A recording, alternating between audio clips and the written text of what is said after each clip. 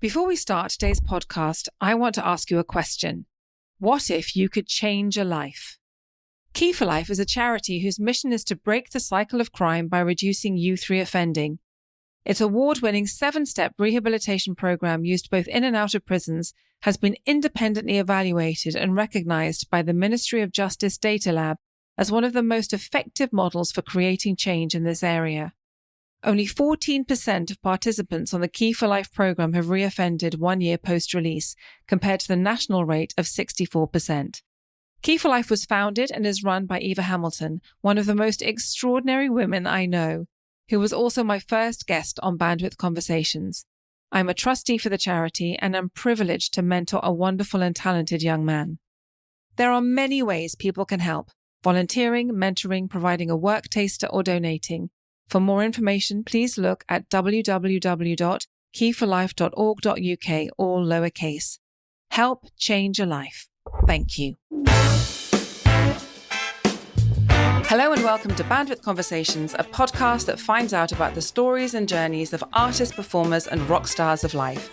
In the 1990s, when I was still struggling with the concept that you could record something on television on a VHS tape whilst watching something else on the same television, while the internet was just a thing people were talking about in confused terms and with a degree of wariness, my guest had a brilliant idea, turned it into reality, and was a significant force in the internet revolution. He is a serial entrepreneur, and he now supports other entrepreneurs in a myriad of ways. He advises government on tech issues. He sits on advisory boards dealing with everything from tackling cyberbullying to education. I'm really looking forward to hearing about his journey, the highs and lows, the insights, the lessons learned, his reflections and his advice. One of the most busy and productive members of society, I am thrilled to be talking to Brent Hoberman, CBE. Brent, thanks so much for being here today. Thank you, Katie. Exciting to join. Well, and also you're my friend from New College, so that's even lovelier for me. Absolutely. Anyway, you started your life in Cape Town, South Africa. Your father was an engineer. Your maternal grandfather bought a clothing shop and built that business from one store to 650. What sort of conversations were you having around the dinner table? So the early years, that entrepreneurship was in my blood from witnessing my grandfather's journey and his journey from, as you said, one clothes shop called Truworths to 650 all across Africa and actually into the UK. But what was remarkable to me about that was how much he loved what he did every day. You could see that there was a real passion, excitement, and energy, and he didn't have to go to work, but he chose to. So that was part of instilling a love of entrepreneurship and me wanting to be an entrepreneur. And then my father, as you mentioned, loved technology, engineering, that sort of thing, and left South Africa to go to MIT, actually, and then ended up, happily for me and for him because he enjoyed it, investing pension fund money into venture capital funds. So a knowledge of VC funds was also something that came through from the other side of my family, from my father's side. And I even did an early internship in New York at a venture capital fund when I was about 19. After South Africa, you moved to New York, you moved again to the UK, and then you went to the highly respected Dragon School in Oxford before going to Eton College. And I would imagine at that time, those schools were largely filled with children born and bred in the home counties. Did you feel like an outsider when you arrived? Yeah, I think thankfully I did. By this point, my South African accent had blended to a New York accent. So I felt like an all-American kid playing baseball, not cricket, and ended up in these very English establishments. I think the Dragon partly, but Eton even more at the time. I will do a quick commercial for Eton College saying it's changed dramatically since I was there. I would not recommend sending children to the school I went to if it had stayed the same, in that it was a bit aristocratic, I guess, and entitled. And it is no longer that. It is now a proper meritocracy, as you know. But what I think was really spectacularly lucky for me is it still had the most incredible facilities, the best teachers, and a very competitive system. The system, if you wanted to compete, was still there to compete. It's just that half the boys opted out and just thought they didn't need to compete because they were going to run their country estates anyway. So for those that chose to compete, it was easier because half the people weren't competing anyway. So if you actually wanted to work and be you weren't competing with as bright kids because it wasn't as selective as it was now. So suddenly you're faced with this. If you're going to work really hard and go for it, and secretly, as I will admit to now, getting up at 5 a.m. before my exams to cram and that sort of stuff to try and win and prove myself, then it was an amazing place. So I do think I was very lucky with that. But you're right in that a lot of it was that outsider's drive and the immigrant ambition. So I definitely did feel like an immigrant, not hounded. I was also Jewish. I'm not practicing Jewish, but Jewish by race. And there were probably 5 per year out of 250. So it was definitely a minority. If you channel all that well, you just feel you have to excel somehow and use your drive and ambition. It may have been a very productive time. Do you look back at it as a happy time? I guess it must have been a happy time because I did look forward to going back to school at the end of the holidays. So I think that's the real test. So I definitely remember that moment. And I think that is because there was still a very good communal spirit and I had good friends and I loved the sport, playing football and stuff. And I remember that being sort of the highlights of every day. And you do a lot of it at those schools. And I actually liked working hard. It's one of those things that for anyone listening, I think one of the key insights is if you get behind in your work, it's really not fun. But actually, I know it sounds geeky or neaky, as my kids would say, but actually, if you get ahead of it, as I'm sure you did too, then you actually find it's really quite enjoyable. And so that bit was good too. And I think it was this competitive mechanics they had in the system, this sort of gamification of life that those best English schools do very well. So life was gamified. And if you were playing the game well, it made it fun. Yeah, I taught there for a little bit. And if you had a passion, didn't matter what it was, they would cater to that. And so you would be fine. But I think for those boys who were drifting a little bit, there was such a pool of talent there, you could feel like a loser quite quickly. Whereas if you'd been to an equivalent school, you'd leave with higher confidence. I do remember I worked very hard at school and then I would look forward to seeing what my mark was. But that was what kept me going. Like Tuesday, history. What did I get? Yes, exactly. And I think for those that aren't like that, I think also, as you said, if you're great at design and technology at school or whatever, that still gets you far. And I think also it's a place, and hopefully more schools are, where if you are charming and make lots of friends and have social skills, they have a way of recognizing that too. And I think for those that are looking at two of us as two geeks, it's sort of like saying, well, actually, we recognize that actually some of those other skills are just as important. I listened to an interview that you gave a while back that said that actually at that point, you weren't overly confident. And yet to have achieved what you've achieved, you must have self-belief at your core. Did you acquire confidence as you went along? And how did you do that? Yeah, you're absolutely right. I was definitely very shy until probably 18 or something. Obviously shy around girls, which is one of the downsides of these schools, but also shy more generally. So how to overcome it? I was lucky. I was given positions of responsibility at school at the end. And that was, I was told, partly to help me overcome my shyness, which is an amazingly generous thing of them to do. Yes. We had to do things like public speaking. So I always recommend to people, wherever you can, do public speaking as young as you can. I didn't do it young enough, I think. So having to do it when I was 17 or 18 and then learn 5-minute speeches and say them in front of the whole year was absolutely terrifying. And I remember my speech started off, "Are you wondering who I am?" And then, unfortunately, everybody started laughing in the crowd and all the boys wanting me to fail. So, started laughing. And then I lost my thread. I think I was the only one of 20 to lose my thread, but I picked it back. And I think that sort of resilience of picking it back up, going through it, that's one part of it. But I guess the other bit of confidence is just, honestly, it's got to be just doing well at something. So I was lucky I was able to succeed in small ways. I think if anyone lacking confidence, just find little things, as you said, find your passion, find little things you can succeed in. And then that helps you gain confidence. And then obviously arriving at university, there was a confidence because I was lucky enough just to know a lot of people there already and to have been in a system where you were, as you said, seizing the opportunity by sort of running societies and clubs and all those sorts of things. So that's another thing I would say is just I did run societies at school. And I think running whatever you can, just try and run something for people that are in that stage. You go to Oxford, to New College. So 2 questions for you. Why New College and why modern languages? Yeah, so New College, because it was just recommended as one of the best colleges, and I think it still is, it's also dauntingly beautiful. I remember going up for my interview and suddenly thinking, oh my God, I really want this. It was that pit in your stomach that says, wow, this is a place I would be so lucky to be at for 4 years. So I think it was partly its reputation for being academic, for being big enough, a college where you wouldn't be too small, and one that's sort of in the heart of the university. So I don't think I was academic enough. The right answer would be to say, oh, because the modern language department was amazing, and because Professor Matt Robertson is a legend in Standard. But I was also more thinking of, how do I get in? Yeah. Is this one where I'll have a decent chance of getting in? Is modern language a good subject? Is it easier to get in than PPE? Yes.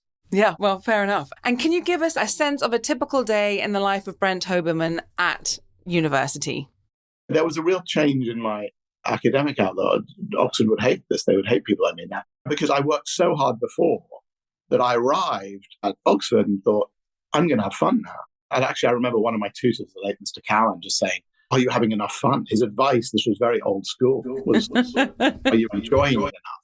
So I think there was that aspect. So how to navigate a place like Oxford, I think it was trying to meet interesting people. I think, again, recognizing the constant theme in life has been, you can either be an academic and excel at books and be better than anyone else at that, and you just enjoy that. I don't know if that ever would have been me. My tutor at Oxford suggested I should try it, but I didn't really. I did at the last minute, obviously, and actually worked very hard at the very end. But at the time, you really didn't have to work hard in modern languages until the last 6 months. So you had 3.5 years pretty relaxed. So how to keep busy and interested and do stuff?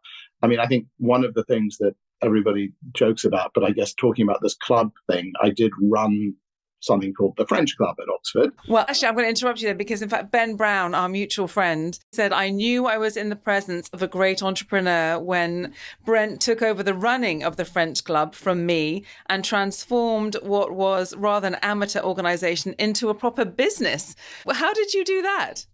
Yeah, that was fun. So it was Ben and a lovely woman called Miel de Botton who handed it on to me very graciously. I have no idea why. And at the time it was, as they would say, it was 50 people hanging out for cheese and wine for free. And then I turned it into something that had 500 paying members and sponsorship from L'Oreal and Societe Generale and all these sort of people. And I didn't understand at the time that it was sort of like running a business. I'm not going to say exactly, but it was sort of like you had revenues and costs and stuff like that, and you had to build a brand.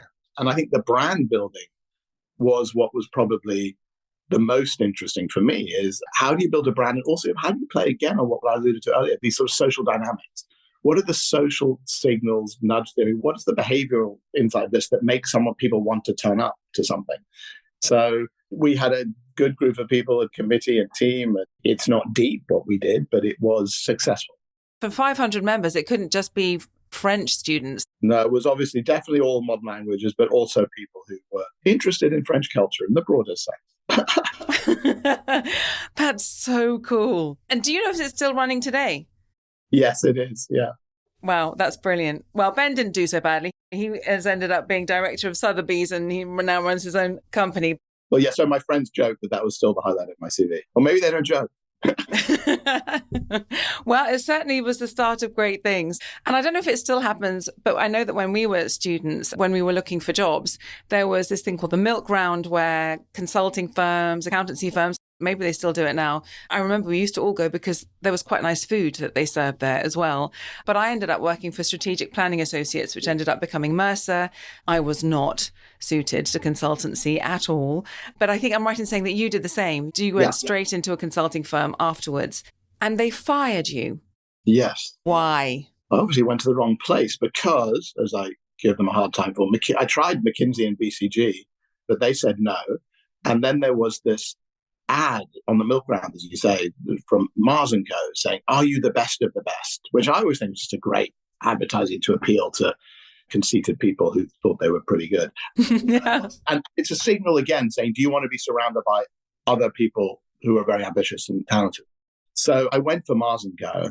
And the problem was, and I'm happily being public on this, it was a culture of fear and not trust. So it was the sort of place where Pepsi was the client. If you were caught drinking Coke, you could get fired on the spot. So it was a very strange place, I think.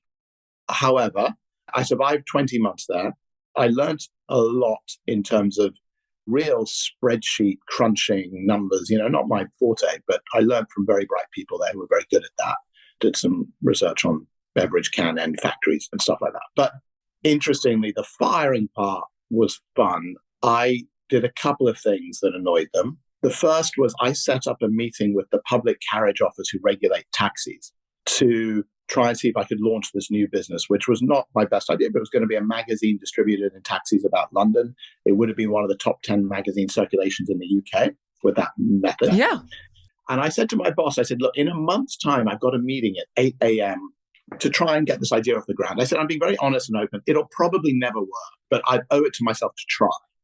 And I was very junior then. And he managed to, amazingly, invite me to a client meeting that clashed directly with that. And I had my suspicions he did that on purpose. He never invited me to client meetings. So it was with Elf. And I said to him, I'm sorry, but I owe it to myself not to go to that meeting, but to try this. So after that, I think he probably had a preconception, by the way, that this was Eton. So I hope I'm not coming across as that person. But I think there was a bit of you bloody arrogant, entitled, whatever. So I think that was part of it. If Larry's listening, might have been part of it. To understand is to forgive. And then there was the other thing I did, which I'm not sure they really know, which is I did, for some weird reason, organize a party again for about 400 people and gave the office switchboard as the RSVP number. And didn't invite very many of them to the party. Not that I'm suggesting they would have wanted to come. So after that, I then got called in to be fired and told that I was a prima donna and I should go and work at somewhere like Goldman Sachs, which actually I thought would have been a thrilling opportunity if Goldman's would have ever taken me. I'm sure they wouldn't. So it wasn't the worst thing to be told when you'll be fired. And then the weird timing part of that story, again, luck is better than smart sometimes. As I walked out of that meeting, there was a voicemail. At the time, people used to do a lot of voicemail. And there was a voicemail offering me a job from Spectrum Strategy Consultants, where I went to next. I didn't need to dramatize the firing in one sense, because it was literally 1 week off, bang, start the next place. Spectrum Strategy Consultants was media and telecoms. I would have practically paid to have been there. I was learning stuff about media and telecoms and technology, which I loved, and I was being paid to do it. I was like, wow, this is great. And there was a culture of trust and not fear. When and from where did your lastminute.com idea come? I put some of the genesis of it actually being at Oxford, when I would very occasionally, having had this terrible public school background, have a girlfriend. And then if I had a girlfriend, I would try and be flash, but I didn't have a crazy budget. So I would say sometimes, right, let's go to a hotel or something. And then I think we were sharing accommodation as well at the time in the student digs. So I'd ring up 5 hotels on a Friday night and say on Saturday, how many suites have you got free? And the hotel would say, well, we got 7, or the one would say 5 or whatever. And then I'd say, great, can I have one for 70% off if you're not going to sell it? And 1 in 3 calls, it worked. Wow. So I remembered that as thinking, hey, this is odd. This really works. Why does nobody else do this? And I thought, well, this is a bit of the foreigner's gumption. It's a bit of the American, whatever, heritage that I adopted as I passed through. And so I think I banked that in the back of my mind. Then when I was at Spectrum, this consultancy, I was being paid to analyze business models that were e-commerce, sort of TV commerce.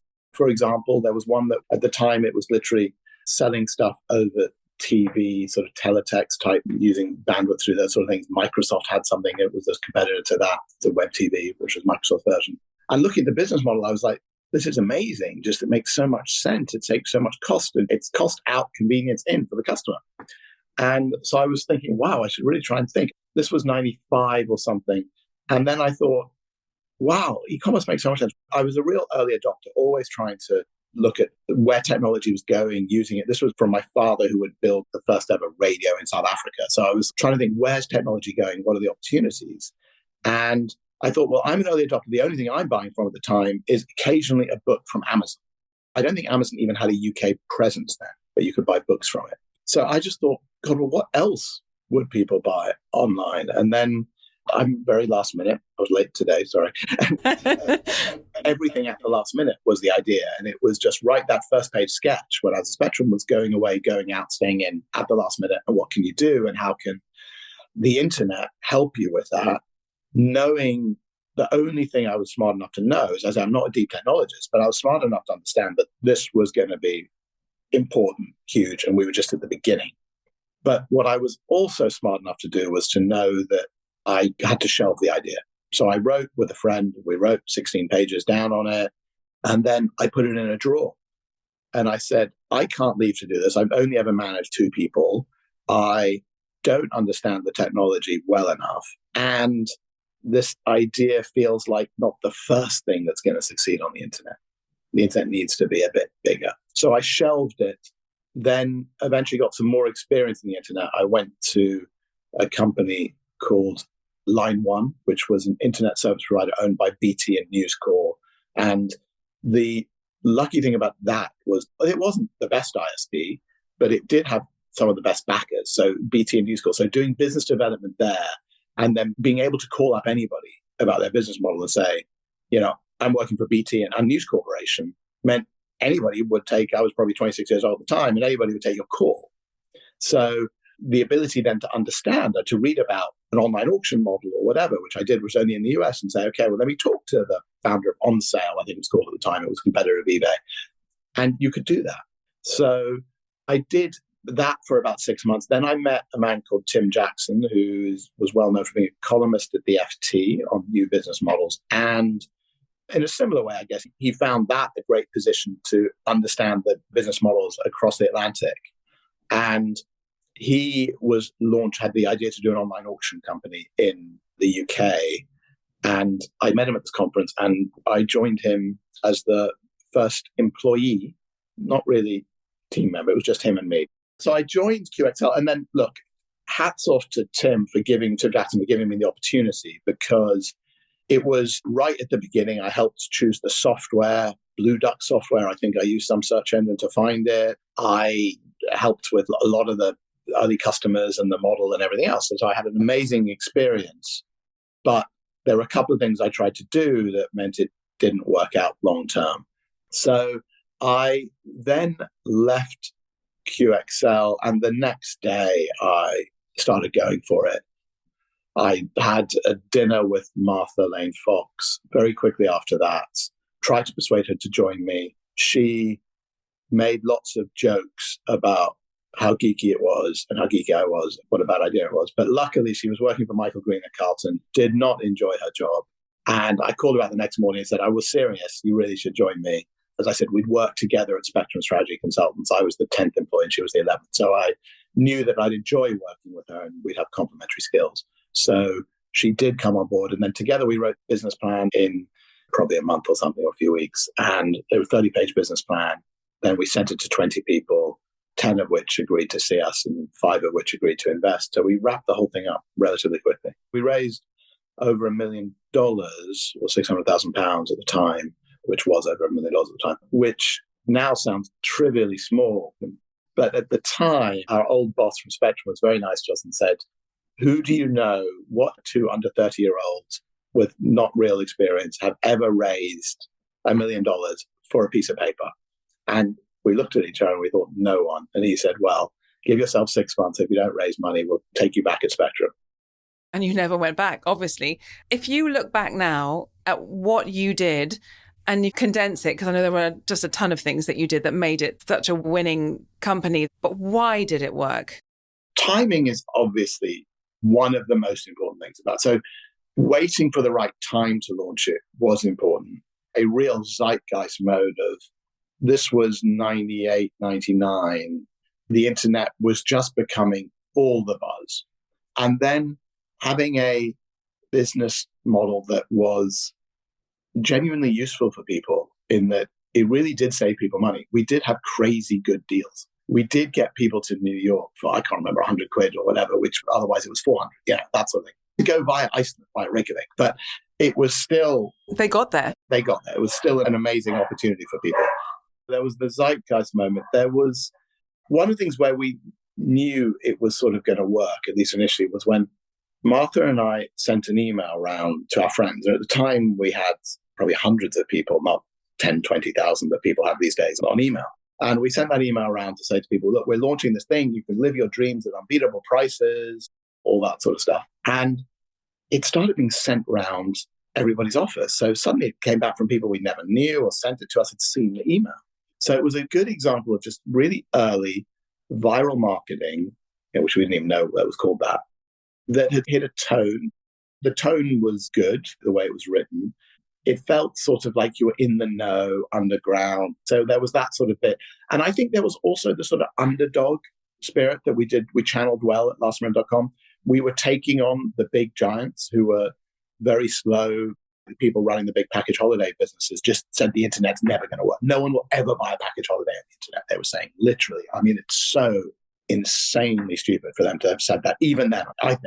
And most of those people got fired, actually, because they just missed it. There really was the incumbent's dilemma, and they missed it. So that was one of the other successes, is we took massive risks as a challenger brand. I mean, one of the risks I'm most proud of, which sounds strange because you could get arrested for it, was we scraped EasyJet and Ryanair's website. So that means we pulled data off them, which actually I learned after I did it was illegal under the Computer Misuse of Information Act. And it meant customers got these packages with Ryanair and EasyJet flights rather than, at the time, very expensive BA flights, and with special hotel deals bundled in as well, sort of incredible deals. And our competitors, like Expedia, wouldn't do it because they wanted to play by the rules. So we just did it and asked for forgiveness later. Which they gave. So Ryanair, Michael O'Leary, not really. But the customers loved us for being first. I also remember Charles Dunstan always told me something, that when you do something second after a competitor's done it, consumers think you've done it for yourself as a business. If you do it first, they think you're doing it for them. That's, really interesting. Yeah. So we did a lot of first is the punchline of that. So why it also worked is we did a lot of first. We did a lot of things for customers first. What about that bluff and bluster initially? Because you have to have some ability to convince people when you just have a piece of paper. Yeah, I don't know what that is. I guess that is a lot of what we're looking for when we invest in entrepreneurs, is that blind confidence, optimism, and salesmanship. I think salesmanship is a bit of good salesmanship is chutzpah without being too excessive. But the example I cite on that is getting the airlines on board.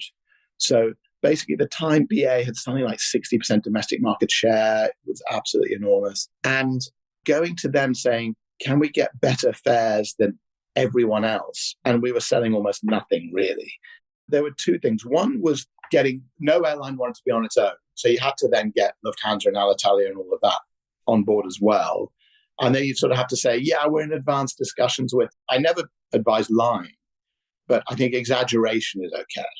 So there was a bit of bluff and exaggeration. So somehow we managed to get those 5 big airlines in to say, okay, we'll all do it. Then they all were part of it.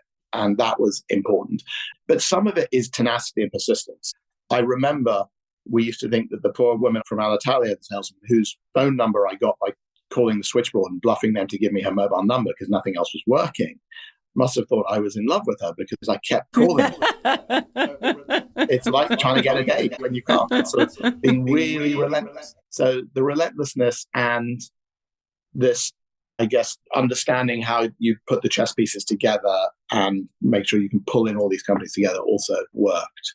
And then the other thing was the innovation again. I think one of the things that we did, obviously we were one of the first to do dynamic packaging, but one of the things that was just very innovative was this unbranded hotels, or what I think later became called secret hotels, where you'd say, I want to stay in a 5-star hotel in Piccadilly area, and you wouldn't know which one.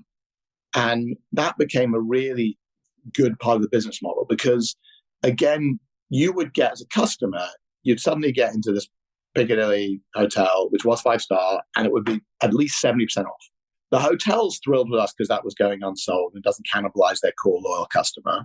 They give us higher commissions on those deals, weirdly. So you've got this thing where the customers don't even hardly remember the name of the hotel they stayed at. They remember us, the delight they got from us. We actually got the cash flow, so it was brilliant for working capital. We got the cash up front and paid the hotels a couple of months afterwards. So it was sort of a magical business model. In terms of hiring people, so Piers Whitehead was a manager at SPA, and he said to me, I want to hire underconfident overachievers. We had a really talented and interestingly, really diverse group of people. And if you look at the photos, you'll see how diverse it was, but we didn't have, forgive me, a DEI policy. We just were going for the best people. And that happened to end up making a very diverse, wonderful cohort. And a team of people who loved spending time with each other. And I think that was one of the key things. Maybe going back to Spectrum, when they interviewed people, they said, we want to do the hotel test. If plane gets cancelled and you're away on a weekend on Friday with your team, are you happy to spend the next day with them in some hotel in Timbuktu? And again, one of the things where I knew last minute it was going to work was when I would pass the pub late on a Friday night, the local pub, and see all the team still there. And I think this is what bugs me about working from home policies now, today, is you should have people who love spending time with each other. And that's how you build successful teams, not people who love working from home. No, you're right. I'm obsessed. I'm chairman of all my stuff I do now, not CEO. But if I was CEO of all of it, I would be right 5 days a week, or please don't come here in the office. Yeah, I totally agree. My husband, Simon, you know, he was working at Morgan Stanley at the time, and he remembers when you and Martha came into the building and everyone wanted to catch a glimpse of you guys because you were young, glamorous, super successful, as entrepreneurs. The two of you acquired celebrity status. How did that feel? I will say, just in case my kids are ever listening, because they won't believe it, but the Wall Street Journal did refer to me as the Tom Cruise of the internet, which I think is the biggest joke, but it was funny. I don't know. I think that's fair enough. Yeah. But I think the question is well judged, because at the time, I do remember walking just before the IPO, and this was March 2000. It was the height of the dot-com boom and bubble. And we were a part of that bubble, I guess. You could tell when we walked into that event, people would take, God, whatever. They'd be thinking, well, they're here and whatever. And I remember thinking that feeling was nothing. It really didn't give me any joy or thrill or whatever. I wanted to go back to doing deals, making the business successful. It put more pressure. So I do understand people who have, look, I don't have real fame now at all, which is very lucky. I've always said I don't want fame. I've been asked on some sort of primetime TV shows to do some of these primetime business stuff. And I've always said, I'll do it so long as it's not primetime. I don't want to do the stuff that's really going to be, because I don't want to put a family through the point of being famous. I don't think it's a good thing in England. I mean, maybe in other countries it's better. I don't think people are famous are treated well.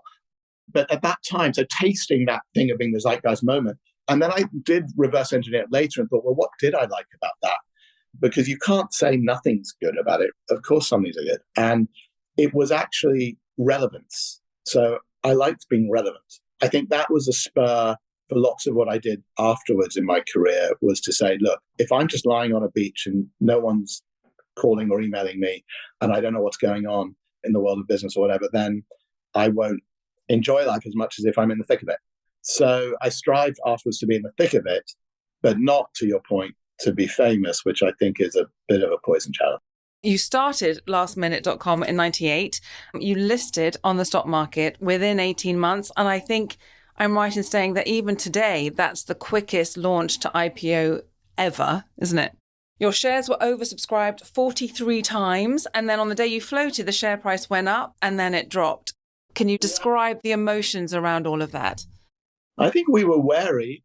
As the beautiful British media rightly pointed out, we had the turnover of a small pub, and I think we could have bought Harrods and Harvey Nichols and Selfridges on that day, which doesn't sound quite right, does it? But that day of the IPO, we knew we'd been priced for perfection. We didn't think it was wrong, but we did think it was priced for absolutely no slip-ups, which is pretty hard to execute on. So it was actually, instead of joy at the IPO day, it was stress. I think I remember not being particularly happy. I think we had an office party and whatever. Parties, you can tell, a constant theme in my life. But we definitely felt, I said to Mum, I said, we've been priced for perfection now. This is going to be really hard. So the thing was, basically, work was my life. So, I mean, it was 7 days a week. And this is a sort of, that I haven't quite reconciled with others who say that they don't have to work that hard to succeed, because I really did. My poor girlfriend at the time, now wife, I knew what she was getting into because I couldn't go to a restaurant without thinking, how do you package this with a cinema? Or how do I deal with a better software? What's their software solution? You were always on and always thinking about it. So I guess being at the height of the bubble and being under pressure with that sort of valuation meant that you had that in spades. And then, as you said, the share price then cratered, I think would be a technical term, 95% over the next year or something as the dot-com bubble burst. And then people would come up to Martha and I, and they would say, my company went bust because of you. And they said, we couldn't go public. We were going to go public, but it was all your fault. I said to them, I think that's really nice that you think we're that important in the whole global market, but I don't think we actually burst the bubble. Weirdly, you probably know this, but some people may have forgotten, but we priced it on March the 10th, 2000, which was actually the day NASDAQ had hit its all-time high. It's not all-time now, but high for decades. And then after that, it just went down like that. And we increased the price during the roadshow by, I think, more than any other European company had also done at the time. But these IPOs then, for that brief moment, were what the economists would call Giffen goods. The higher the price, the more the demand. So the more you were able to increase the price on the roadshow, the more demand went crazy. So it was strange. In the UK, I think also we're quite happy when other people are successful, but we're really happy when things don't go so well. We've got these internet trolls nowadays, and there's Schadenfreude. We're just delighted when things don't go so well. And did you and Martha allow that to affect you? Or because, people can be awful. I definitely have said since that Schadenfreude, despite my German degree, should be a British word. The British do it so much better. Look, Martha, I think, is still scarred from articles where she was much more famous than I was at the time. So she would have articles like, is this the most hated woman in Britain? In The Independent, I remember. A huge story. I remember Toby Young writing an article, the famous journalist and whatever else he does, writing an article saying he was around a table with a bunch of old Etonians saying that they wanted to shoot Brent Hoberman. Wow. So it was those sort of Schadenfreude moments. But the big thing really was the cynics and trying to prove them wrong.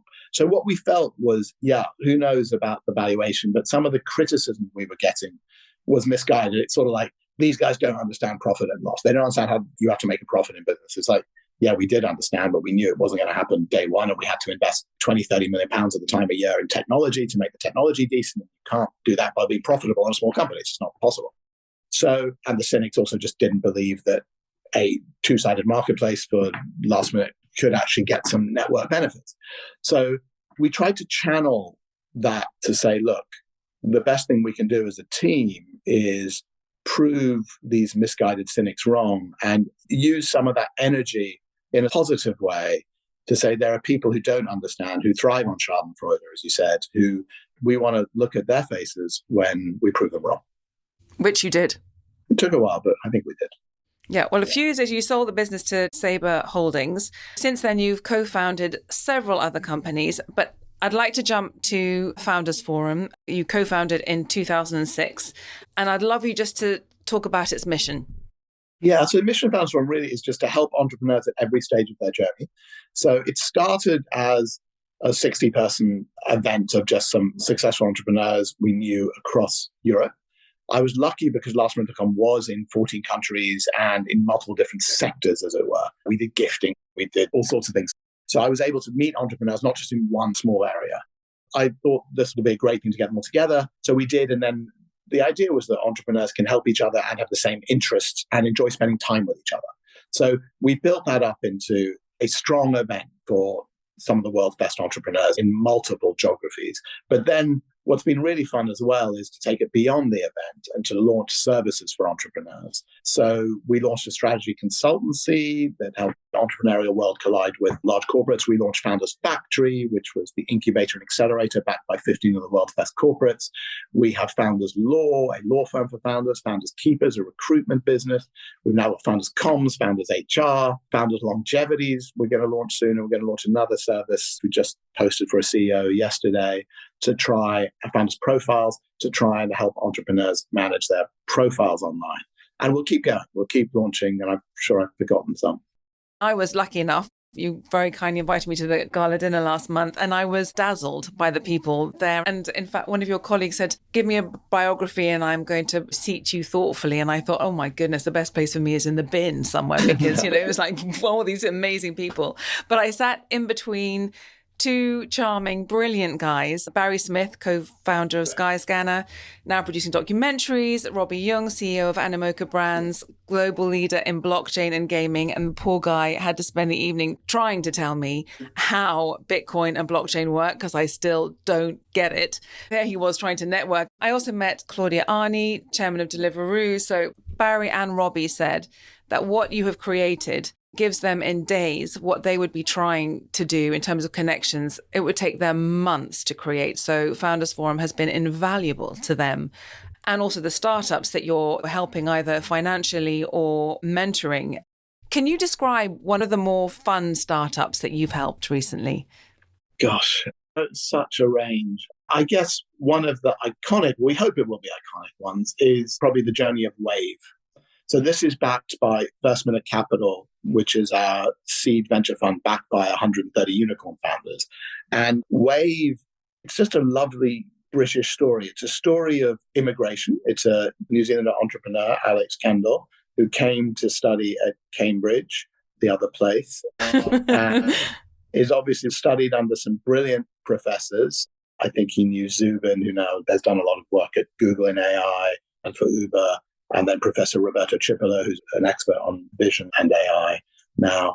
So what Wave does, it is a different type of technology to many of the ones in the US to master autonomous driving and then embodied AI, in other words, AI into sort of robotics to help robots navigate the world as well, the physical world. And then we were luckily able to help him do a deal with Ocado. He got an investment from Ocado. I'm close to them. And then he got his technology into all their vans. So his business is also a lot about collecting data. So he could collect data from all the Ocado vans. So you've got that bit of his story. And then you've got government helping with regulation in terms of autonomous AI on roads. So the road safety bill, making the UK a leader there. So you've got many of these sort of key steps. And then what happened most recently, earlier this year, he raised Europe's biggest AI round. He raised $1 billion for his technology, and from Microsoft, Nvidia, and SoftBank. It's not there yet, but he's well on his way to the journey. And I think if anyone can spend $1 billion well, he will. And he's got a real chance of making this work and making this a category-defining killer out of the UK, a sort of real global company. So that's one type of company that obviously we love the success story of. But there are others more quirky, like Dronamics, which is two Bulgarian brothers who didn't shave for the first 5 years until they could get their Black Swan autonomous cargo drone plane in the air. They did it, and they did it on a sort of shoestring, and now they raised some proper money, and hopefully will make that transformation for logistics across the world. Well, that's so exciting. Michael Mosley, who was a fellow New College alumnus and who died so tragically, and I was lucky enough to interview him at the beginning of the year. One of the many brilliant things he did was Just One Thing podcast. And I told him that I used his Just One Thing. For aspiring entrepreneurs, if you could tell them just one thing, what would it be? I think the piece of advice would be its tenacity. So just be really tenacious about what you're going to do. That's a really trite thing to say in one sense, because you can't just be tenacious on a really bad idea. So try and work out whether the obstacles you're facing are legitimate ones that you should be working to overcome, or if it's not crazy until it's not, it's just crazy. Can you identify just one key challenge or opportunity, could be one or the other, in today's tech startup landscape, comparing it to the dot-com era? I guess it is, how do you marry AI and data with industries that haven't yet been disrupted? So I guess compared to the dot-com era, it's like, where are we at a point where we're still at the beginning, where everything's going to be absolutely transformed?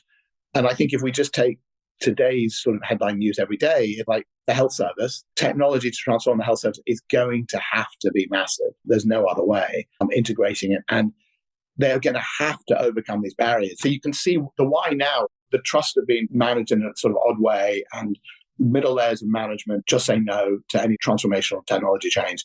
That has to change, and therefore has to be a great opportunity for startups using automation tools, AI for diagnosis, all of these sort of things, big data, data collection. Businesses in those areas are going to be super successful. For our new Prime Minister, Keir Starmer, what is just one piece of advice you would give him? I like the rhetoric of growth from the new government, but they really need to make sure that they understand that the UK is a talent magnet, it's a wealth magnet, it's an entrepreneur magnet. People come from all across the world. It needs to be reinvigorated. We've been losing some of that luster. We need to ensure that the policies that we do not put off the world's most talented people from wanting to come to the UK and start their businesses. So that would be what I'm most worried about when we come to the budget in September, October. Aside from all of this, you are also giving back in many other ways too. When I look at the roles that you've had and currently have, I'm staggered. You're sitting on the board of Google Cloud, to being part of the Prince of Wales task force to prevent cyberbullying, to advising the UK government on technology. I'm just mentioning a small fraction. You were awarded your CBE in 2015 for services to entrepreneurship. How do you ensure that you don't spread yourself too thin? Yeah, no, that is the eternal question. I'm not sure if I have succeeded there totally. The way we try and do that is be really pretty generous in terms of when all those other companies we were launching, we give the management teams a lot of equity. So it's not technically a franchise, but if one thinks of it as this franchise or the brand model, it's just what we do is we try and make sure that the best talent run these businesses and that we incentivize them properly so that they don't need or want micromanaging. And then I think the counter to that is what, actually I was having a call on this yesterday, what we need to get better at ourselves, and I think most companies probably do, is automation tools to help all our businesses. And I'm really excited about that now. I think AI can do so much of the stuff better. It's often either you go to the event or somebody asks me for a connection, and I'm as good as my brain in that minute. And what I want to be is as good as the world's best database that connects people. And so I want us to keep working on building that. So we're building more of a proper data lake. We'll use more of the latest AI tools to do that. So I think that can help us do more. But again, it's often about finding business models that attract the best people. And I guess we also raise money from people that can help them as well. That's the other angle. Raggy Omar, who was at New College with us, he had a question for you. It came in this morning. I'm going to read it to make sure I get it right. Tech companies have inordinate resources and power at their disposal to change the lives and destinies of the majority of humanity who live in what is called the Global South, so Africa and the Indian subcontinent in particular. In almost every sphere of life, water, climate change, mother and childcare health, remittances, apart from Starlink and one or two other companies, why do tech companies, especially in Silicon Valley and here in the UK, show such little interest or investment in putting the power of tech into the hands of the poorest in the world? Because that is where the future lies. I understand the premise of the question. I think it's probably true statistically in terms of the amount of money, but in terms of the trend, I think it's probably not true. So in our small way, we launched Founders Factory Africa. So we did that, and that team successfully raised 100 million from the MasterCard Foundation to really try and accelerate what they do in Africa. I had a meeting last week with Endeavor Global, which is a platform to support entrepreneurs in emerging markets, in exactly what Raggy's referring to. And there's an all-star cast list of people who help them and support them and entrepreneurs who do that. So I think that is definitely changing. I think if you just look at it from big tech's point of view, they have to go first where the money is. That's where the competition is going to be. But then they are, if you talk to like Matt Britton, who runs Google EMEA, he will talk a lot about Africa and what Google's doing in Africa and education resources they're doing. And then you've got things like Peter Diamandis' X Prize, which is often about solving problems like water, like climate change, and getting top talent to do that. So I'm sure more could be done, but it does feel like it's getting to that point where you've got computing resources are so low cost. The mobile phone is changing Africa. Education, there are so many amazing educational initiatives, the one laptop per child types of things that are getting real momentum. So I think the good news is tech companies acknowledge the opportunity. I think the other real problem is, I think it's Mo Ibrahim, isn't it, who does the prize for corruption in those countries. It's just the levels of corruption. It's so hard to help some of them because the corruption levels are so high. Well, you talked a little bit about the skill set to be an entrepreneur, and can anyone build it? Yeah. Look, I'm not someone who tries to say everyone should be an entrepreneur, because I'm also not someone to always talk about mental health, but entrepreneurship can definitely be terrifying. You're putting your life on the line. You can't always teach the skills to overcome those sorts of challenges. However, I do think entrepreneurial thinking, lateral thinking, problem solving, overcoming barriers, many of those things can be improved dramatically with education. And so I am constantly looking at opportunities for how do we encourage more entrepreneurship as a career path, entrepreneurship at schools. What is it in education that people should be trying to think of that's entrepreneurial? And I guess the answer to that is, the quick answer is less rote learning, more teamwork.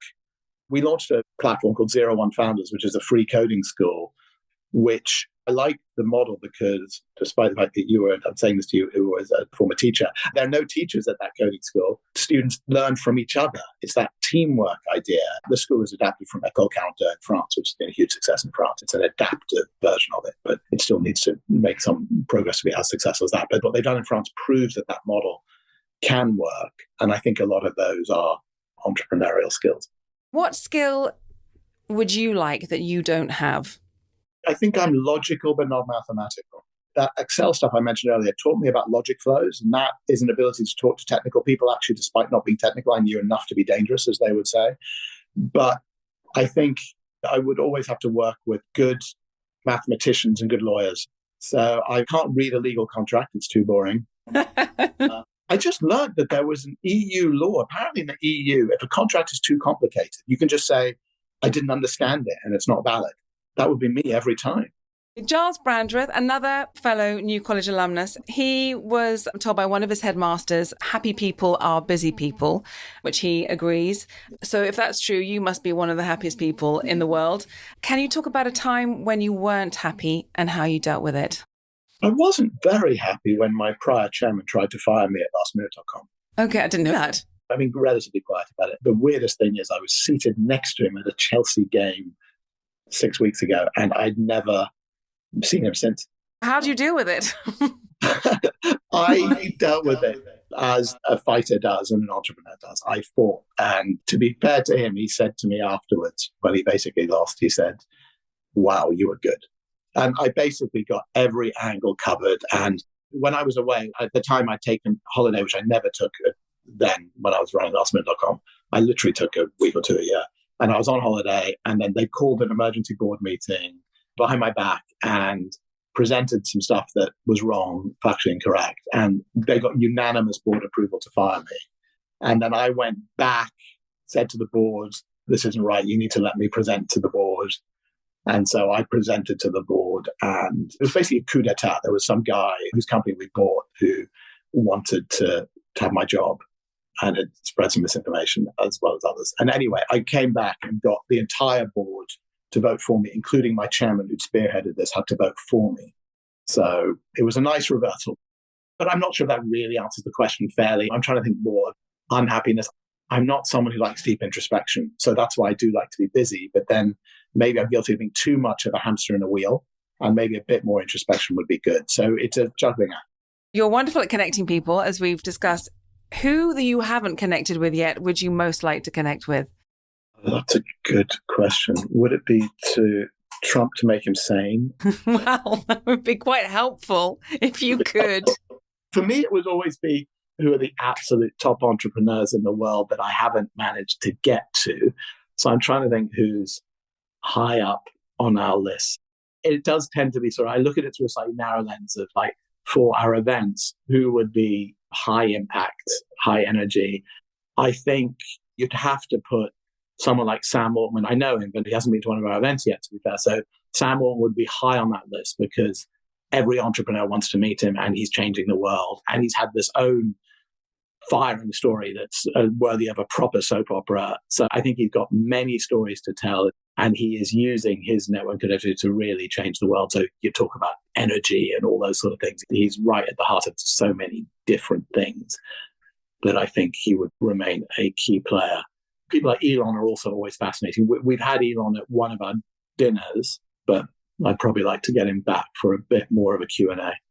Listening to you and knowing you, but you are so accomplished, bright. For those of us who tend to blunder through life just to make us feel better, could you just tell us an embarrassing moment or a moment where things didn't go brilliantly?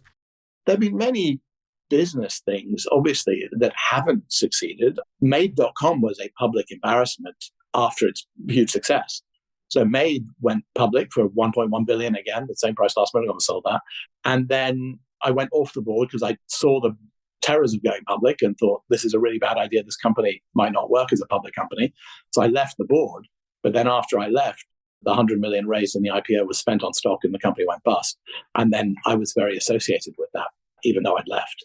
So that was embarrassing. But I'm sure my kids could think of many more daily life things that are embarrassing. We'll leave that another time. Okay. Well, in CIO magazine, your former CTO said of you that the thing about Brent is that he cares so much. So that alone must make you hugely inspiring to work for. Such a lot of important insights, reflections, advice today. And I know how super busy you are, Brent. So thank you so much for taking the time out to talk to me today, and for New College. Thank you so much. Thank you, Katie, for the fantastic questions, for all that you put into it. You've been listening to Bandwidth Conversations. Thanks to Anna B., Head of Marketing, to all of the podcast consultant, to Bagawire for the music, to the Money Maze podcast. Thank you for listening. Any feedback, please email me, katie@bandwidthconversations.com. Please sign up on our website, www.bandwidthconversations.com, so we can notify you about new podcast releases. We hope to see you again soon.